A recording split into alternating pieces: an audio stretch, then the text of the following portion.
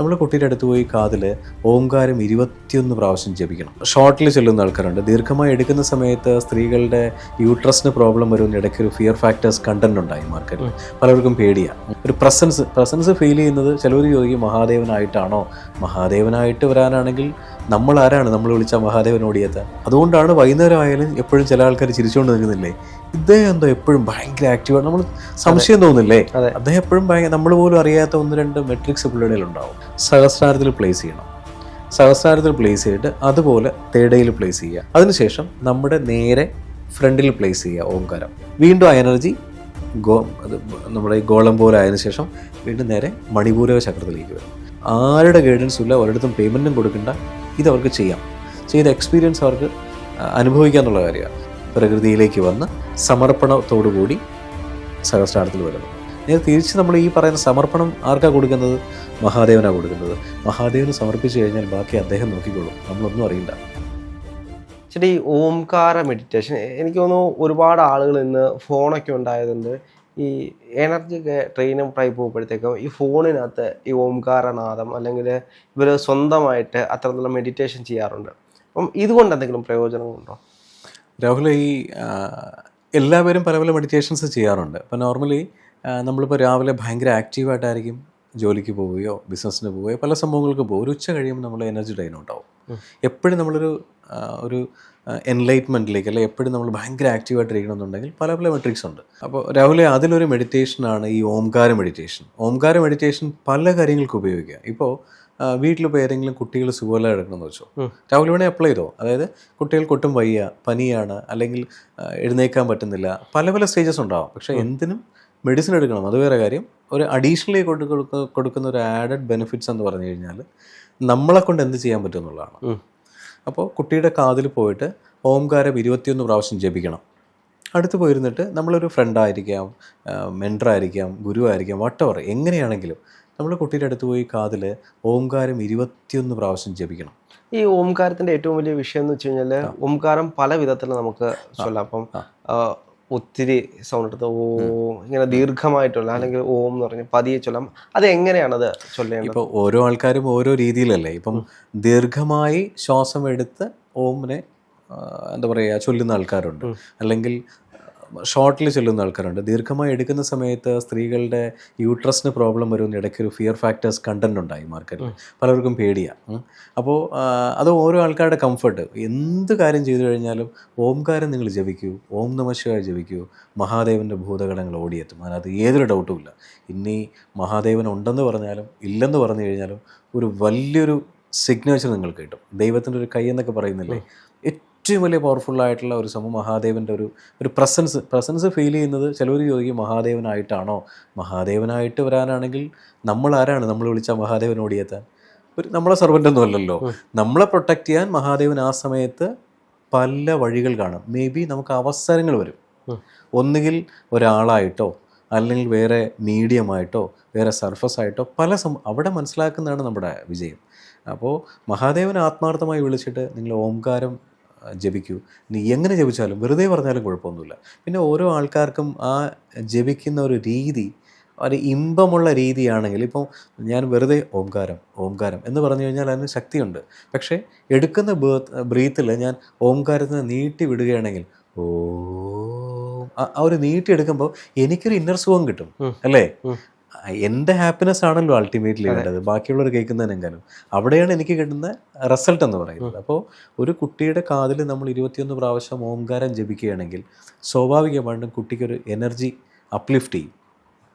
അസുഖം മാറുമെന്നുള്ളതല്ല, വളരെ പെട്ടെന്നൊരു ദൈവത്തിൻ്റെ സിഗ്നേച്ചർ അവിടെ ഉണ്ടാവും. അത് ചെയ്ത് നോക്കിയാൽ മതി.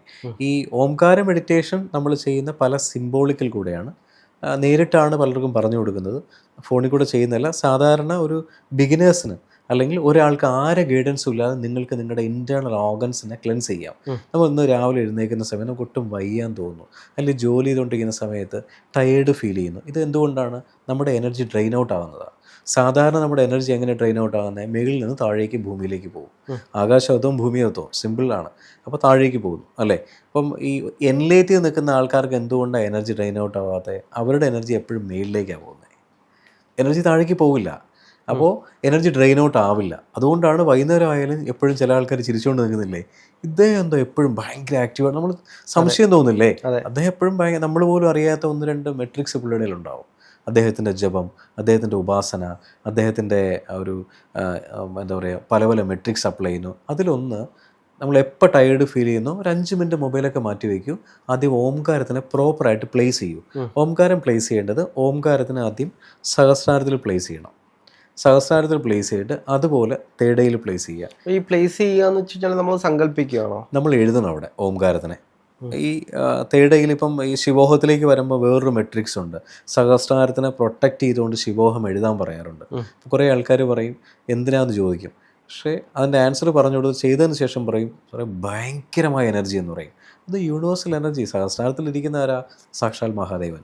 1000 ഇതിലുള്ള വെള്ളത്താമരയിൽ മഹാദേവൻ ഇരിക്കുമ്പോൾ ആദ്യം മഹാദേവനെ വന്ദിച്ചുകൊണ്ട് നമ്മൾ അവിടെ ഓംകാരം എഴുതി, അതിനുശേഷം നമ്മൾ എന്ത് ചെയ്യുന്നു, തേടയിൽ ഓംകാരം എഴുതുന്നു. അപ്പോൾ ഇവിടെ കണ്ണടച്ചിട്ട് വേണം ഈ സംഭവം ചെയ്യാൻ. എന്നിട്ട് ഓംകാരത്തിനെ കുറച്ച് സമയം ജപിക്കുക. മനസ്സിലായി? ഓംകാരം മുൻപും ജപിക്കാം, അതിനുശേഷവും ജപിക്കാം. വ്യക്തമായ അവിടെ ഒരു സ്റ്റെപ്പില്ല. നമുക്ക് ഓംകാരം പ്ലേസ് ചെയ്യുക എന്നുള്ളതാണ് അവിടുത്തെ ഒരു ആവശ്യമായിട്ടുള്ള ഘടകം. അതിനുശേഷം നമ്മുടെ നേരെ ഫ്രണ്ടിൽ പ്ലേസ് ചെയ്യുക ഓംകാരം. ഈ പറയുന്ന തേടയുടെ നേരെ ഓംകാരം പ്ലേസ് ചെയ്യുക. അതിനുശേഷം പ്ലേസ് ചെയ്യേണ്ടത് അവിടെയാണ് സദ്യോജാത വാമദേവ അഘോര എന്നൊരു സംഭവമുണ്ട്. 7 ഭാവങ്ങളിൽ നിന്നും മഹാദേവൻ ഈ 5 എനർജിയെ സംശീകരിക്കുന്നു. അതുപോലെ ഈ ഇടത് ഭാഗത്ത് പ്ലേസ് ചെയ്യുക, വലത് ഭാഗത്ത് പ്ലേസ് ചെയ്യുക.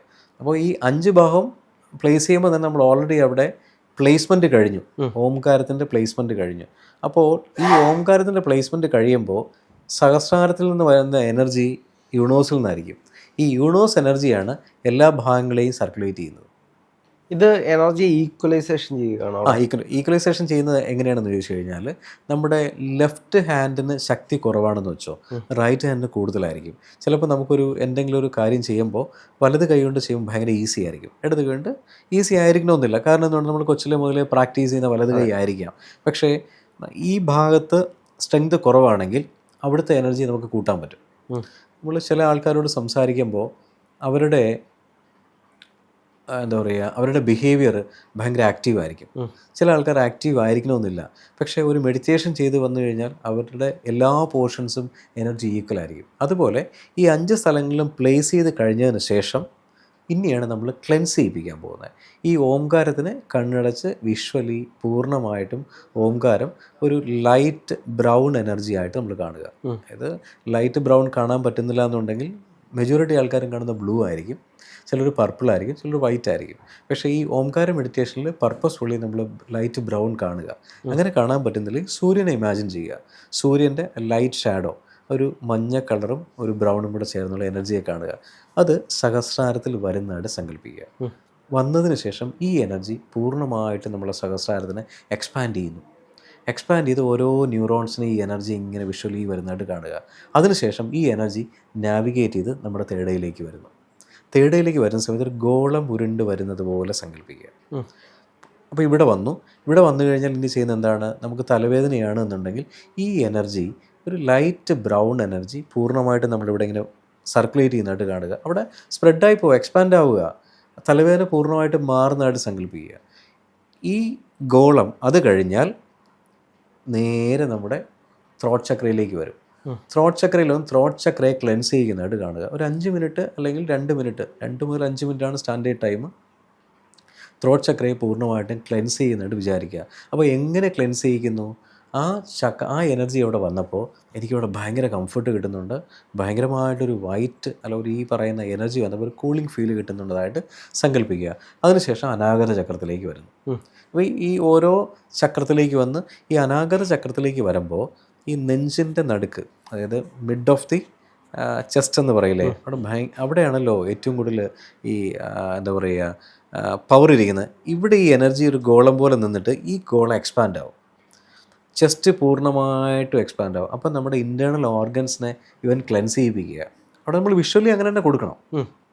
ഇത് കൊടുത്തതിന് ശേഷം വീണ്ടും ആ എനർജി നമ്മുടെ ഈ ഗോളം പോലെ ആയതിനു ശേഷം വീണ്ടും നേരെ മണിപൂരക ചക്രത്തിലേക്ക് വരും. മണിപൂരക ചക്രത്തിൽ വരുമ്പോൾ വയറിനകത്തുള്ള ഇൻറ്റേർണൽ ഓർഗൻസിനെ പൂർണ്ണമായിട്ടും ക്ലെൻസ്. ഇപ്പോൾ വയറുവേദന എന്ന് വെച്ചോ, ആ എനർജി ഇതിൻ്റെ ഒരു അപ്പർ ഹൈപ്പർ വേർഷൻ നമുക്ക് കൈകൊണ്ട് ഹീൽ ചെയ്യിപ്പിക്കാൻ പറ്റും. പക്ഷേ ഇത് സാധാരണപ്പെട്ടവർക്ക് ഇത് തന്നെ ധാരാളമാണ്. ആരുടെ ഗൈഡൻസും ഇല്ല, ഒരിടത്തും പേയ്മെൻറ്റും കൊടുക്കണ്ട, ഇത് അവർക്ക് ചെയ്യാം. ചെയ്ത എക്സ്പീരിയൻസ് അവർക്ക് അനുഭവിക്കുക എന്നുള്ള കാര്യമാണ്. ഈ മണിപൂരക ചക്രത്തിനെ പൂർണ്ണമായിട്ടും ക്ലെൻസ് ചെയ്യിപ്പിച്ച് കഴിഞ്ഞതിന് ശേഷം ഈ എനർജി ഈ ഗോളം പോലെ നേരെ പ്രകൃതിയിലേക്ക് വന്ന് സമർപ്പണത്തോടു കൂടി സഹസ്രാരത്തിൽ വരുന്നു. അപ്പോൾ സഹസ്രാരത്തിൽ വരുന്ന സമയത്ത് നമ്മൾ ഈ ഇൻറ്റേർണൽ ഓർഗൻസിനെ ക്ലെൻസ് ചെയ്തതിന് ശേഷം നമ്മൾ കൊടുക്കേണ്ട സങ്കല്പം, എൻ്റെ ഇൻറ്റേർണൽ ഓർഗൻസ് പൂർണ്ണമായിട്ടും ക്ലെൻസ് ആയതിന് ഒരുപാട് നന്ദിയുണ്ട്, മഹാദേവനെ അങ്ങ് സമർപ്പിക്കണം. നേരെ തിരിച്ച് നമ്മൾ ഈ പറയുന്ന സമർപ്പണം ആർക്കാണ് കൊടുക്കുന്നത്? മഹാദേവനാണ് കൊടുക്കുന്നത്. മഹാദേവന് സമർപ്പിച്ച് കഴിഞ്ഞാൽ ബാക്കി അദ്ദേഹം നോക്കിക്കോളും, നമ്മളൊന്നും അറിയണ്ട. അതായത് നമ്മൾ ഇവിടെ തന്നെ തുടങ്ങി അവസാനം ഇവിടെ തന്നെ അവസാനിക്കും. അതെ അതെ, എനർജി അവിടുന്ന് സ്വാംശീകരിച്ച് നമ്മൾ വീണ്ടും ഈ ശിവോഹത്തിലേക്ക് പോകുമ്പോൾ എനർജി സ്വാംശീകരിക്കുന്ന യൂണിവേഴ്സ് എന്നാണ്. അതൊരു മീഡിയമായിട്ടാണ് അവിടെ നിൽക്കുന്ന സഹസ്രാരം. ഇവിടെ ഡയറക്റ്റ്ലി മഹാദേവനിൽ നിന്ന് എനർജി സ്വാംശീകരിച്ച് നമ്മൾ വീണ്ടും ക്ലെൻസ് ചെയ്യിപ്പിച്ച് അത് പൂർണ്ണമായിട്ട് അവിടെ സമർപ്പിക്കുകയാണ് ചെയ്യുന്നത്.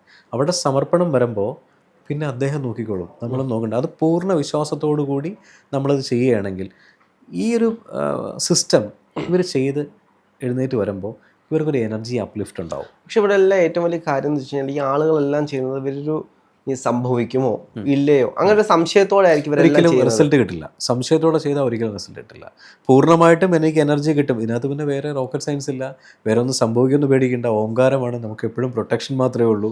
പക്ഷെ ആ ഒരു സംശയം നല്ലതല്ലേ എപ്പോഴും ഈ സ്പിരിച്വൽ മേഖലയിൽ? കാരണം ഒരുപാട് പറ്റിക്കപ്പെടൽ മറ്റും നടക്കുന്നൊരു സാഹചര്യം. നമ്മളിവിടെ എപ്പോഴും ഒരു ഗുരുതലങ്ങളിലേക്ക് പോകുന്ന സമയത്ത് ഒരുപാട് ഗുരുക്കന്മാരുടെ അടുത്ത് പോയി പറ്റിക്കപ്പെട്ടിട്ടായിരിക്കും നല്ല ഗുരുവിൻ്റെ അടുത്ത്. അത് നിയോഗം തന്നെയാണ്, അല്ലാതെ ഒരിക്കലും ഒരാൾക്കും നല്ല ഗുരുവിനെ അയാളുടെ വീട്ടിൽ കൊണ്ട് കൊടുക്കുകയൊന്നുമില്ല. പക്ഷെ അവിടെ അപ്പോൾ ആ സംശയങ്ങൾ നല്ലതല്ലേ? സംശയം നല്ലതാണ്. പക്ഷേ ഈ സാമ്പത്തികമായി സ്പെൻഡ് ചെയ്യാതെ ഇങ്ങനെയുള്ള കാര്യങ്ങൾ റെലവൻ്റ് ആയിട്ട് കിട്ടും, നമുക്ക് നെഗറ്റീവ് ഒന്നും വരില്ല എന്ന് തോന്നുകയാണെങ്കിൽ അവിടെ സംശയിക്കാൻ ഏതൊരു ചാൻസും ഇല്ല. അല്ലാതെ അത് ചെയ്തു തരാം ഇത് ചെയ്തു തരാം എന്ന് പറയുമ്പോൾ അവിടെ സംശയം ഡെഫിനറ്റ്ലി ആവശ്യമാണ്. പിന്നെ ഒരാൾക്ക് ഒരു നിരീക്ഷണ പാഠം, ഒരു അനാലിറ്റിക്കൽ ബ്രെയിൻ എന്ന് പറയുന്നത് പൂർണ്ണമായിട്ടും മനസ്സിലാക്കിയിട്ട് ഓക്കെ ആണെന്നുണ്ടെങ്കിൽ മാത്രം ചെയ്യുക. 100% വിശ്വസിച്ച് ചെയ്യുകയാണെങ്കിൽ അവർക്കിത് ഭയങ്കര ബെനിഫിറ്റാണ്. ഇതിൻ്റെ ഈ തലങ്ങൾ നമ്മൾ അത്രത്തോളം എക്സ്പ്ലോർ ചെയ്യണമെങ്കിൽ ഒരു ഗുരുവിൻ്റെ ആവശ്യമുണ്ടോ? 100% ഗുരുവിൻ്റെ ആവശ്യമുണ്ട്. പക്ഷേ ഇപ്പോൾ ഗുരു ഇല്ല, എനിക്കിപ്പോൾ ഓഫീസിൽ പോകണം അല്ലെങ്കിൽ ബിസിനസ് ചെയ്യണം, എനിക്ക് എനർജിയെ പിടിച്ചു നിർത്തണമെന്ന് തോന്നുകയാണെങ്കിൽ ഇവിടെ ഒരു ഗുരുക്കന്മാരും ഇല്ലാതെ ഇത് ഇംപ്ലിമെൻറ്റ് ചെയ്യാന്നുള്ളത്. എല്ലാ ഗുരുക്കന്മാരും ബിഗിനിങ് സ്റ്റേജിൽ ചെയ്തുകൊണ്ടിരുന്ന കാര്യങ്ങളൊക്കെ ഇതൊക്കെ. നല്ല ഗുരുവിലേക്ക് എത്തുക എന്നുള്ള നിയോഗം എത്തട്ടെ എന്ന് വിചാരിക്കാം.